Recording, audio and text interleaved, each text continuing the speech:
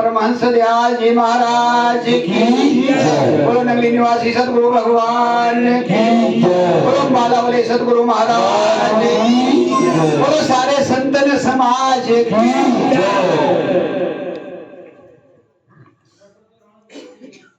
सत्यम बोधमयम नरोममल्लम प्रत्यक्षमेव सर्वेश्वरम रत्नैन मंडित शिरः शुभ्रमुक्तम श्वेतांबरे शोभितम् मुक्तामालविभूषितं च हृदयं सिंहासने संस्थितं भक्तानां वरदं प्रसन्नवदनं श्री सद्गुरुं नौम्यहं श्री सद्गुरुं नौम्यहम् बंदो चरण सरोज गुरु मुद मंगलागार जय से हुत न रोते भव सागर से पार भव सागर से पार। गुरु जी के सिमरण मात्र से नाशत विघ्न अनंत तांते सर्वारंभ में ध्यावत सब संत ध्यावत सब संत। ब्रह्मानंदम परम सुखम ब्रह्मानंदम परम सुखम केवलम ज्ञान मूर्ति द्वंद्वातीतम गगन सदृशम तत्त्वमस्यादि लक्ष्यम एकम नित्यम विमलमचलम सर्वदेशाक्षिभूतम भावातीतम त्रिगुणरहितम सद्गुरुं तां नमामि सद्गुरुं तां नमामि। राम कृष्ण से को बड़ा राम कृष्ण से को बड़ा तीनों तो गुरु के न तीन लोक के वेदने सतगुरु आगे अधीन सतगुरु आगे अधीन। अखंड मल्लाकारं व्याप्तमेन चराचरं तत्पदं दर्शितमेन तस्मै श्री गुरुवे नमः तस्मै श्री गुरुवे नमः। गुरु ब्रह्मा गुरु विष्णु गुरुर्देव महेश्वरा गुरुर साक्षात् परब्रह्म तस्मै श्री गुरुवे नमः तस्मै श्री गुरुवे नमः। तुमेव माता च पिता तुमेव बंधु च सखा तुमेव विद्या द्रविणं तुमेव सर्वं मम देव देव। बोलिए जयकारा बोलो मेरे श्री सद्गुरु महाराज की जय। परम आदरणीय जगत वंदनीय सर्वहितकारी अद्वैत मत के संस्थापक दादा गुरु श्री परमहंस दयाल जी महाराज जी के चरणों में साष्टांग दंडवत कोटि कोटि प्रणाम। सभी के हृदय सम्राट भक्त वत्सल जगतवंदनीय प्रातः समरणीय नंगली निवासी सदगुरु भगवान जी के चरणों में साष्टांग दंडवत कोटि कोटि प्रणाम। अम्बाला वाले सदगुरु महाराज जी के चरणों में साष्टांग दंडवत कोटि कोटि प्रणाम। और यहाँ आई हुई सारी संगत को मेरा सादर प्रणाम और प्यार भरा जय सच्चिदानंद जी। आज फिर से शुभ घड़ियाँ हमारे भाई नंदलाल जी के प्रयत्न से, क्योंकि पहले कोई ऐसा था नहीं कि आज सत्संग होगा, लेकिन गुरु महाराज जी की प्रेरणा जब बनती है तो इसमें किसी का बस नहीं होता और वो खींच कर लाते हैं। अरे वही बच्चों आराम से बैठो। मैं कल आज सवेरे का ही एक इंसिडेंट बता रहा हूँ कि तबीयत कुछ खराब थी और 4 बजे मैं उठता हूँ।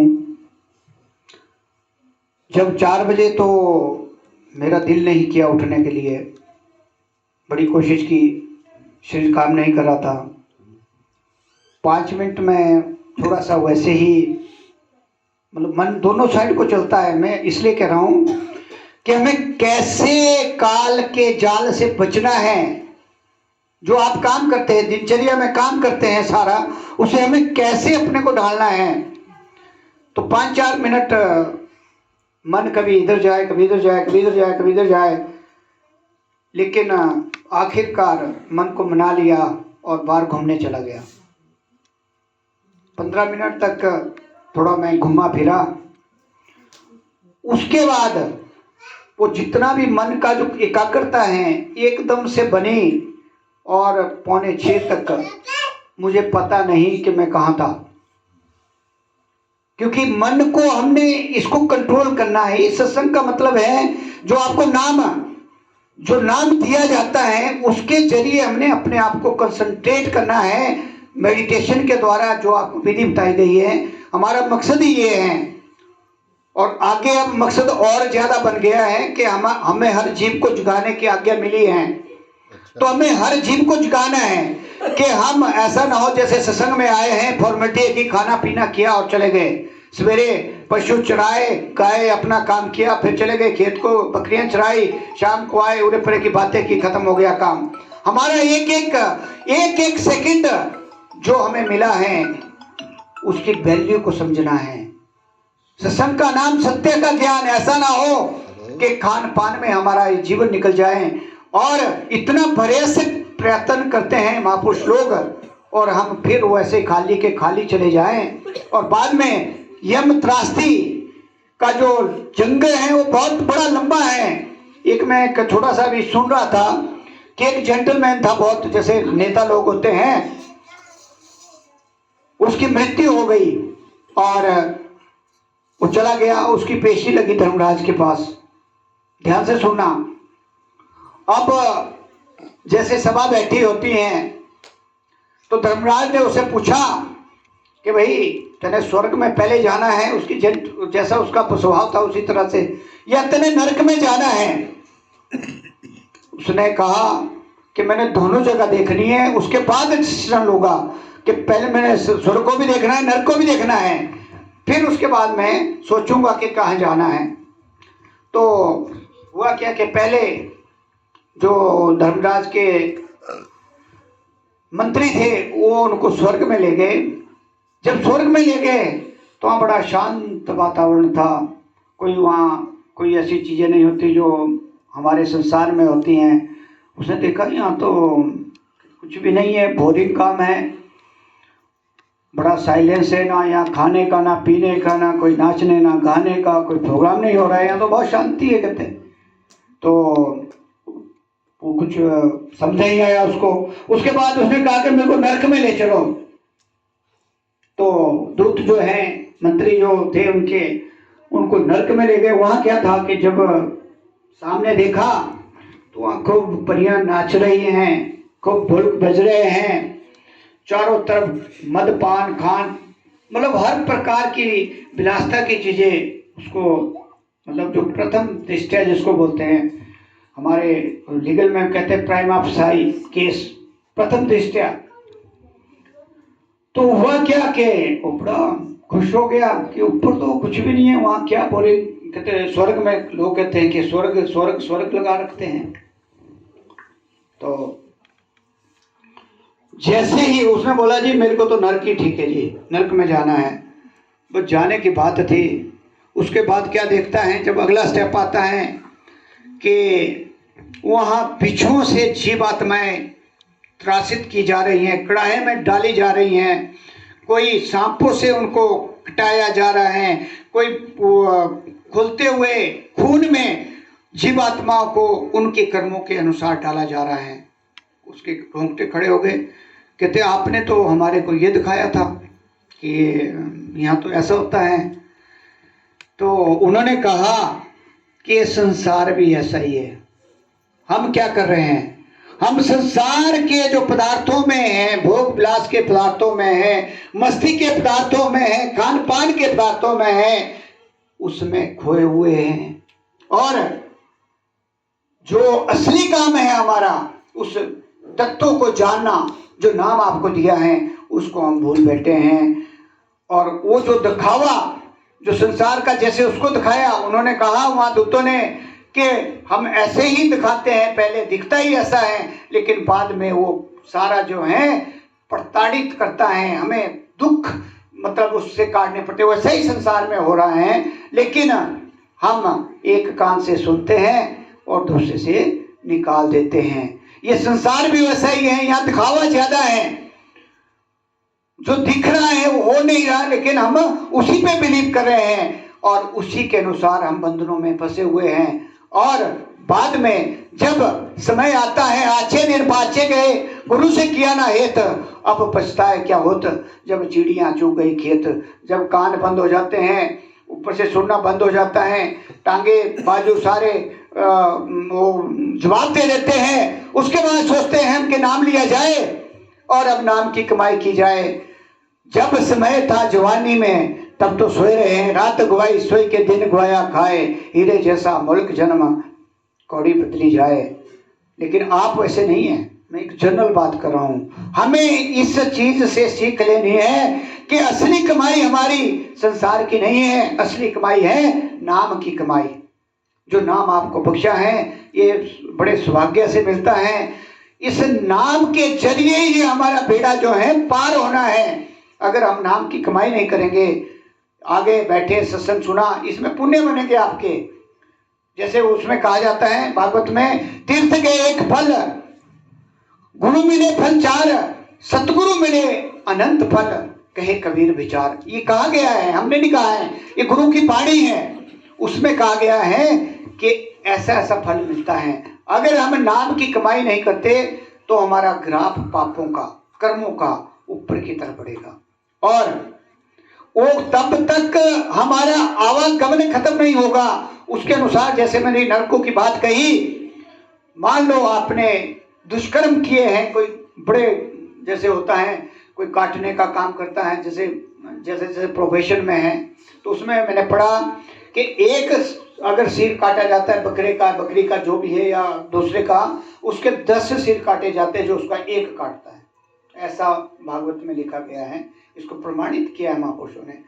तो हम उसी चीज को खा रहे हैं और खाने वाले का उसमें लिखा गया, कहा है कि उसका 20 गुना जो उसको पाप चढ़ेगा, क्योंकि वो मरे हुए को, मुर्दा को खा रहा है। मतलब मुर्द घाट से जैसे राख लाई जाती है ना, वो करते हैं जो ये कुछ होते हैं ना, दूसरे काम करते हैं लगाने लगुने वाले, वो वैसे ही करते हैं। वही काम आप चलते फिरते मुर्दा है, अगर आप मरा हुआ जीव खाते हैं वो मुर्द घाट है वो। इसी तरह जो शराब पीता है, अब हमने उसकी खोज की कि शराब में करोड़ों जीवों का जो है उसको पीला जाता है, उससे शराब बनाई जाती है। और देखो एक घूंट अगर पीता है कोई, कितने पाप उसके चढ़ते हैं।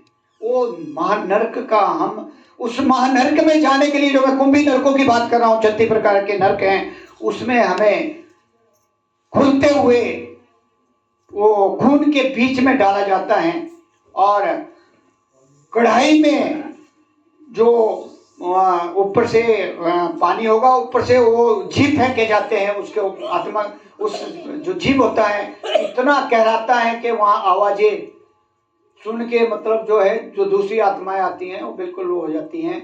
ऐसा राजा जनक के उसकी हिस्ट्री में आता है। जब राजा जनक जी को वहाँ थोड़े समय के लिए भेजा गया, तो होता क्या, क्योंकि उन्होंने इतनी तपस्या, इतना नाम जपा हुआ था, उनके ऊपर इतना वरदान महापुरुषों का पड़ गया था जो नाम जपता है, कि जब वहां पहुंचे नरकों में तो वो सारी जैसे भी वो डाली हुई थी उन कड़ाओं में, जैसे उसमें क्या नाम जो जो बने होते कुंभी नरक, वो सारी शांत हो गई जब वो आत्मा वहां पहुंची। ऐसा होता है, इसलिए कहा गया है कि एक घर में एक सत्संगी आता है तो 22 पीढ़ियों तक का कल्याण हो जाता है। ये ऑथेंटिक है, ऐसा नहीं है कि ऐसे बोलते थे, ये ऐसे ही चलता है। जब उन्होंने नाम इतना जपा, क्योंकि बिल्कुल उन्होंने तन मन और धन, अष्टावक्र ने उनका ले लिया था, उन्होंने तो बहुत कुछ देना चाहा, उन्होंने कहा मेरे को तन मन और धन चाहिए, सब ले लिया। उसके बाद उसको राज्य दिया था, उसके बाद उन्होंने नाम का जाप किया, साथ में राज्य चलाया, और बाद में जो है वो इतने बड़े संत बन गए कि जब वहां पहुंचे,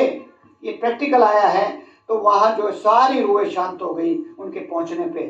तो उनसे पूछा गया, जो वहाँ का संविधान होता है, कि आपका थोड़ी देर के लिए था यहाँ आने का, बोलते नहीं मैं तो यहाँ ही रहूँगा, कहते जब तक ये सारी आप जो जितने भी यहाँ जीवात्मा है इनका कल्याण नहीं होता तब तक मैं नहीं जाऊँगा स्वर्ग को, अपने धाम को। तो फिर उस संविधान को मतलब जो ये चलाते हैं धर्मराज, चित्रगुप्त और यमराज, उन्होंने फिर उनसे हाथ जोड़ के विनती की कि ठीक है आप इनको ले जाओ साथ।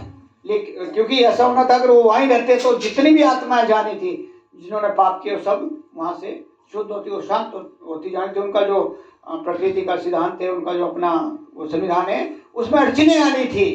तो उन्होंने कहा कि महाराज ठीक है इनको सबको ले जाओ, पर इस स्थान को छोड़िए ताकि हमारे काम में विघ्न आए। इस प्रकार राजा जनक ने पता नहीं कितने वहां जितने भी उस समय के जीव फंसे हुए थे कुकर्मों के द्वारा, जो मैंने बताया कि जितना हम जिंदगी का आनंद लेंगे, जितना हम भोग विलास या दूसरी मत वो जितने भी एक जो कलयुग के 5 प्रकार बताए गए उसमें रहेंगे, उतना ही हमारे को वहां प्रताड़ना सहन करनी पड़ेगी। इसलिए हमें ये सत्संग के जरिए और नाम के जरिए जो आपका वातावरण बना हुआ है, अच्छा बना हुआ है, आप सभी मैंने देखा कि काफी अच्छा प्रोग्रेस कर रहे हैं और अच्छी प्रोग्रेस हम चाहते हैं कि ऐसी प्रोग्रेस हो कि सभी हम मतलब 100% उसी में खड़े उतरे, तब मजा आता है आने का, सत्संग करने का और इतना प्रिय बनाने का। क्योंकि देखो ना आज इन्होंने चलो जैसे भी बहाने से सत्संग रखा और आप सभी आए, उससे क्या हुआ कि इनकी धन की शुद्धता और आपने ये अभी आप सुन रहे हैं गुरु महाराज की महिमा, आपकी क्या हुआ कि आपकी तन की शुद्धता हो रही है और साथ में जब तीनों का कॉम्बिनेशन बनता है तो आपका जो है जो हमारा असली काम है उसकी तरफ हमारा दिल, क्योंकि मैल जो अंदर है वो साफ होते जाते हैं, वो घास कटी दी जाती है। जब हम सत्संग में आते हैं तो तीन लाभ इससे होते हैं, धन की शुद्धता होती है, मन की भी शुद्धता होती है और जो आपके रुके काम है उसका भी निवारण होता है। यहाँ बैठने से, सत्संग सुनने से, चाहे थोड़ी देर के लिए सुना, तो हमें ऐसा माहौल बनाना है कि हर समय हम मतलब संसार का काम भी करना है। हमारे सारे जितने भी महापुरुष लोग हैं, मैं उनको फॉलो करता हूँ, कई बार सुनता हूँ, वो ये नहीं कहते कि आपने काम नहीं करना है, वो बोलते सारे जीवन के कर्तव्य करने हैं, जो परिवार के कर्तव्य हैं पूरे करने हैं, जो भी आपका कर्तव्य है पूरे करना, लेकिन 2 घंटे मिनिमम 2 घंटे आपने जो आपको नाम दिया उसका जाप करना है, चाहे वो कैसे भी करे आप, उठते बैठते, ऐसा भी नहीं है कि बैठ के करना है, उठते बैठते चलते, क्योंकि ग्राफ आपका चलता जाएगा ऊपर की तरफ जितना करोगे। अगर अपसेंट रहोगे और तो फिर आपका जो ग्राफ नीचे की तरफ उतर जाएगा, कुछ दिनों के बाद आप सत्संग सुनने भी नहीं आएंगे, क्योंकि काल फिर अपना दबाव डाल देता है, वहां भी हो जाता है हमारे ऊपर। तो इसलिए हमें मन को कंट्रोल करना है। मन नहीं कहेगा कभी नहीं आपको कि हम सत्संग में जाए, वो तो पीछे हटाएगा, 10 बार सोचने पे मजबूर करता है कि हम सत्संग की तरफ जाए, महापुरुषों की तरफ जाए, 10 बार वो पीछे हटाता है। लेकिन अगर आपका दृढ़ संकल्प होगा तो मैंने ये कहा है कि आप हर बार सत्संग भी सुनेंगे, कराएंगे भी, क्योंकि तीनों काम होते हैं सत्संग से। मैंने अभी बताया कि जो तीनों काम जिसके होते हैं उसके घर में शांति, बीमारियां दूर रहती हैं, दूसरे झगड़ों से सारे बच्चे होते हैं, बच्चे उनके लायक बनते हैं, और जिसके बच्चे लायक हैं घर में जितने साधन है उतने हैं और हमारा ये काम चला होता है, वो यहाँ ही स्वर्ग है हमारे लिए, बाहर कोई स्वर्ग नहीं है। वो किसने देखा है, वो तो फिर आपको अंदर से जब आप वहाँ आत्म साक्षात्कार की तरफ बढ़ोगे इस जन्म में तो अगले में फिर वो पता लगेगा कि स्वर्ग क्या है, बाकी चीजें क्या है, वो सब कुछ नजर आएगा फिर तो। लेकिन अभी हमारा जो काम है वो है नाम की कमाई, बाकी कुछ नहीं, बाकी चलता रहेगा, जो चल रहा है वो चलता रहेगा। लेकिन 24 घंटे बड़े भारी होते हैं, 24 घंटे में से केवल 2 घंटे अगर आप 20-25 मिनट आरती पूजा में सवेरे लगाते होगे तो 45-50 मिनट तो वही बन जाते हैं आपके। उसके अलावा अगर आप 1 घंटा 100 घंटे लगाते 2 घंटे बन गए, उससे ज्यादा लगाते होंगे तो उसका आपका कार्य चलता रहेगा और आगे बढ़ते जाएंगे। जितना हम प्रैक्टिस करेंगे, अभ्यास करेंगे, उतना ही हमारी शुद्धता होती जाएगी, उतना ही गुरु महाराज की कृपा होती है। हमने तो इनको प्रैक्टिकल रूप में देखा है। अभी जो इंसिडेंट हुआ ये मैं बता रहा हूँ कि मेरे को इन्होंने अम्बाला वाले गुरु महाराज ने दर्शन दिए और नंगली निवासी भगवान ने भी दर्शन दिए। जो अभी इंसिडेंट हुआ मेरे साथ सुंदरनगर में, प्रैक्टिकल रूप में हुआ, बल्कि मैंने मेरे जो काम हुआ उससे पहले मैंने बता दिया इंसिडेंट हमने महात्मा जी को, उनका ऐसा रात को हुआ, तो उन्होंने बोला कोई बात नहीं, कुछ वो इंडिकेशन है। तो ये प्रैक्टिकल रूप में मैं बता रहा हूँ, ये तो साकार रूप में हमारे पास, और आप बड़े भाग्यशाली हैं, मैं सच कह रहा हूँ। जैसे इन्होंने इंद्र जी ने शुरुआत की तो इनके लिए बड़ा क्रेडिट है। इनका अपने आप वैसे बनता है, इनका जो बनता है ना, जैसे 10% 20% अपने आप बनता है। जो इस लाइन में लाने वाला होता है ना, लाइनमैन, उसके ऑटोमेटिक बनते हैं, कुछ ना कुछ भाग उसका जाता है, क्योंकि शुरुआत की और आप सभी का कल्याण हो रहा है और आगे बहुत होगा। जहाँ तक हमारा, जैसे हमारे नंदलाल भाई चले हुए हैं और आप सब चले हुए हैं, पूरे आपका जितना भी है ना, जहाँ जहाँ तक भी आप फैले हुए वहाँ तक कल्याण होगा आने वाले टाइम में। तो ये गुरु महाराज की बड़ी कृपा है। और मैं सच कह रहा हूँ कि साकार रूप में देखना, मजाक में मत लिया करना, साकार रूप में हमने प्रैक्टिकल रूप में इस चीज़ को पाया है। और मैं आपको इसलिए कह रहा हूँ कि मैं प्रैक्टिकल रूप में 2 बार ऐसा महसूस कर चुका हूँ, बिल्कुल पूरी तरह से। जब इन्होंने काम कराने या कोई किसी को वो देना है, वो प्रैक्टिकल रूप में आते हैं। और ऐसे इंसिडेंट बहुत से हुए पंजाब में, मैंने देखा है, नंगली में भी हुए हैं, मेरठ में भी हुए हैं, और बहुत सी जगह ऐसी है, वो आपको थोड़े थोड़े प्रसंग बताएंगे कि जब इन्होंने प्रैक्टिकल रूप में ऐसा किया है, वो सामने अब आ रहा है कि हम तो विश्वास नहीं करते थे, वो हमारे सामने आ रहा है। जो वो बताया करते थे, जो गुरु उसमें हमारे ग्रंथ में लिखे हैं, वो सारे इंसिडेंट बिल्कुल प्रैक्टिकल है, उसमें कोई वो नहीं है, असत्यता नहीं है, सारे सत्य हैं। तो हमें इन पे विश्वास करना है, और विश्वास, पेशेंस और नाम का जाप। अगर आपका नाम का जाप कंटिन्यू चलता रहेगा, आप खुद पाएंगे 6 महीने साल में कि वाकई हमें आनंद आ रहा है। और हमारे को खुशी होगी जब आप खुद बोलेंगे कि वाकई हमें आनंद आ रहा है। हमारी सेटिस्फेक्शन तब होगी जब आप इस चीज़ को खुद बोलेंगे कि ठीक बात है, कि ऐसा नहीं कि फॉर्मेलिटी की। मैंने हर बार बोलता हूँ कि आप हमारे परिवार के सदस्य हैं, अब ऐसा तो है नहीं। कोई भी कहीं भी कठिनाई होती है ना, उसको पूछिए। हम तो रोज़ खोज करते हैं, मैं तो रोज़ खोज करता हूँ कि यहाँ ये दिक्कत क्यों आ रही है हमें, खुद करता हूँ। नहीं तो मैं महात्माओं से प्रैक्टिकल करता हूँ, बात करता हूँ कि यहाँ डिफिकल्टी क्यों आ रही है हमें, क्योंकि हमें आगे बढ़ना है। ऐसा नहीं कि एक ही जगह रहना है, आगे बढ़ना है इस मार्ग में।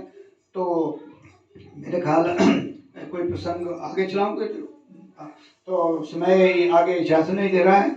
मेरा यही संदेश है सभी को कि कम से कम 1 घंटे से शुरू करके, और जिस सवेरे उठा जाए तो सबसे बेटर है, क्योंकि सवेरे का समय देखा है बहुत आनंद वाला होता है, क्योंकि शांति होती है चारों तरफ। कोशिश करो, मैं तो कह रहा हूँ कि 4 से 5 उठ जाओ, भले 5 साढ़े 5 बजे से 7 बजे से सो जाओ, कोई प्रॉब्लम नहीं, लेकिन वो टाइम यूटिलाइज करो सभी जितने भी गुरुमुख हैं, और देखो फिर उसके बाद आपके साथ क्या होता है। तो इन्हीं शब्दों के साथ मैं आप सभी का धन्यवाद करते हुए, नंदलाल जी का धन्यवाद करते हुए कि आज ही प्रोग्राम बना, मेरा कहीं और जाने का प्रोग्राम था, उन्होंने कहा कि यहाँ से ही निकलो, तो मैं फिर यहाँ पहुँच गया। चलो